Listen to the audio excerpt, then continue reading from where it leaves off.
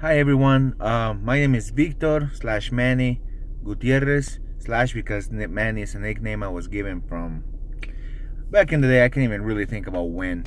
But anyway, so I'm a friend of Isaac. We met at a college thing which we attended before this, Western Wyoming Community College. Go Mustangs. It's in Wyoming. And he asked me to talk to you guys about DACA, what it feels like, or what I'm feeling going through right now, what my opinion is, type of deal. Because I'm a dreamer. I'm a DACA recipient, and how has this affected me? All that good stuff. So let me start off by saying where I'm at. Um, I'm inside my car because I'm waiting for the bus. I'm going to class. Educate yourself. School's important. But anyway, how do I have my car? I work. I work just like everyone else should. Long hours, but you know what? I love this car. Okay, it gets me from point A to point B. It's beautiful. It really is. I love it. I pay its insurance. It's monthly insurance. I take care of it. How do I pay for this? Because I am allowed to work in the USA. How am I allowed to work in the USA? If you were not born in the USA, how are you allowed to work in the USA, Manny? Simple. I'm a DACA recipient. Okay, that gives me a permission to work in the USA. It gives me a social security number, which I may add right where it says like social security number. There's a little printing that says only for work, nothing else, nothing more. Like, it's as plain as it gets. Okay. Um, with that being said, I don't get any privileges that people think I do. There's a huge misconception that says, well, you get cheaper college, or you know you get all these different benefits. No, you don't. You really don't get that many benefits. If anything, I mean, your leash, because that's what I'm going to call this right now. We have a leash. We get that leash loosened up just a little bit. Just a little bit. It's not exactly you're a USA citizen now. You can vote. You can do all these different things. No, you cannot. Okay? With DACA, I can work. And that's really all, really. There's not like a lot of perks. I pay taxes just like everyone else. Okay? I cannot apply for financial aid. FAFSA, that beautiful thing that people neglect so much, even some student loans, I can't apply for that. So when I pay for my school, because school is not cheap at all, even if I'm in state, I pay out of my pocket. I work the longest, most horrible hours during the summer and during school year to be able to pay up for school, for my books, for everything. And even then, I get help from my family.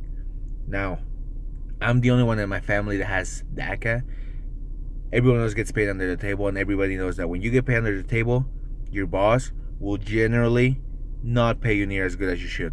Not pay you nearly as much as you deserve, not give you any benefits. So that my family's helping me out to pay for school, it's honestly a blessing. It helps me a lot. But I'm still forced to work. I have 2 jobs. I work during like early, as in my day starts at 5 in the morning, sometimes 4:30 in the morning. I work for up to 6 hours, go to school. I get maybe, on average, probably 3 to 4 hours to rest, maybe take a nap, maybe eat something. And then I go to my second job. Again, I work all night.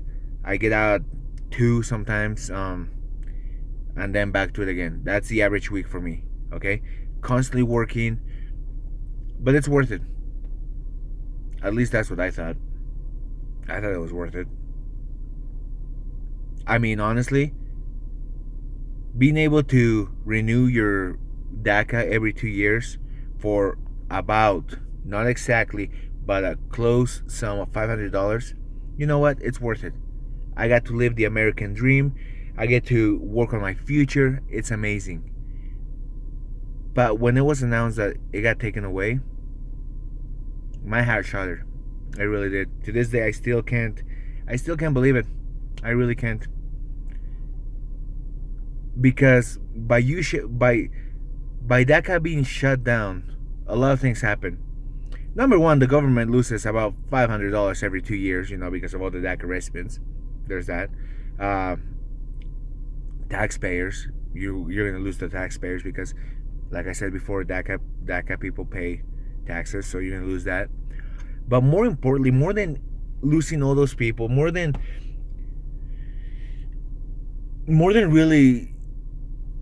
taking away the economic aspect of this thing, you're killing a dream. You're killing my dream. You're killing the dream of so many thousands of students, of thousands of families. You're killing their dream. You're gonna split families apart. Number one. Number two, me not being able to work here means my education really comes almost to nothing. Why? Because I'm basically forced to move to a country which I have not lived on for approximately 11 years now. I moved here at a very young age, and honestly, I don't know anything about Mexico. I don't. I really don't. You send me back, or if I'm forced to go back, I'm going back to nothing. Nothing in the sense that, yeah, I have family there, but nothing in the sense of I know nothing about the group of people there, the cliques, you know, all my friends are here. The people I love are here. My family there, I hardly know them. I have very blank memories of them. You're killing my American dream. My American dream, honestly, it's not fancy. I don't want to be a Hollywood actor. I don't want to drive a Lamborghini. I don't want to. You want to know what I want to do? You want to know what my American dream is? Become a teacher. Become a high school teacher. That's my American dream. A high school teacher. Become a teacher, and then on my free time or spare time, or even as a teacher already, be a coach. A football coach, a soccer coach. Notice how I said football first. Because I adopted that into my culture now. My family, we don't celebrate Dia de los Muertos anymore. We celebrate Thanksgiving. And we're Mexican. We're from Mexico originally. But we have adopted that holiday into our family. We lost one, but we adopted one. We adopted this country. Okay? I'm not looking to steal anybody's job. I'm really not. People say, well, immigrants are stealing people's jobs. I haven't stolen anybody's job as far as I know. As far as I know, when I've written down my resume and I put down my references, I put every reference I can think of. None of them have ever been family members. Everything has been from scratch. And people have accepted me. And after finding out my situation, you know, when they find out I'm a DACA recipient, I have received some change of emotions from people. They have treated me a little differently. But I have honestly learned to embrace it. Why? Because I work hard. I really do.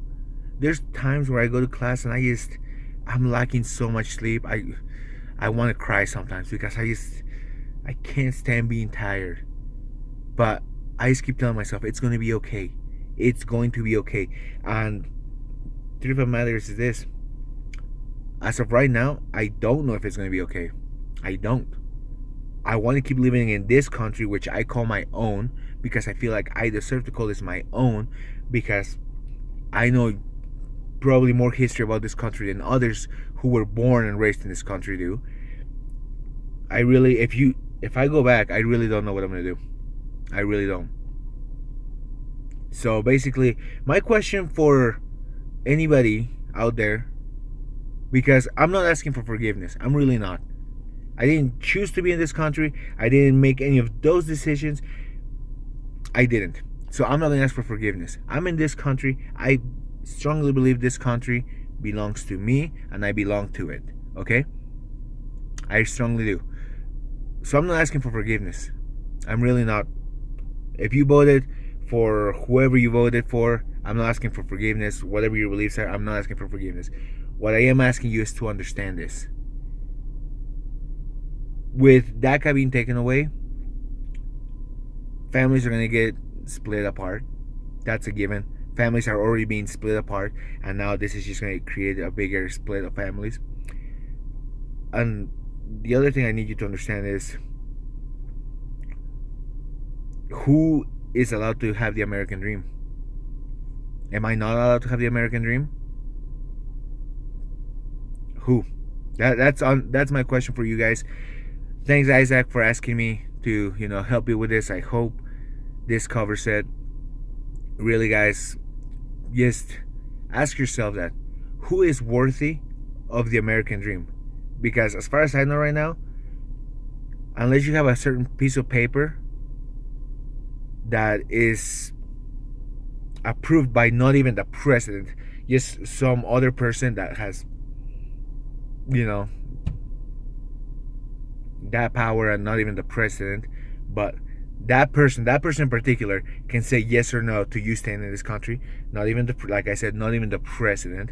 Okay, this is a person you have never even met in your life, has basically the power to say you can stay or you cannot. So, who is worthy of the American dream? Am I not worth it?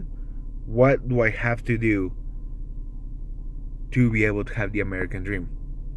To be able to live it? Because right now, I'm going to school, and every day I question myself. Should I just drop out and save money and then move to Mexico? Save the government some time? Open up a seat for somebody else? Because that's what it feels like.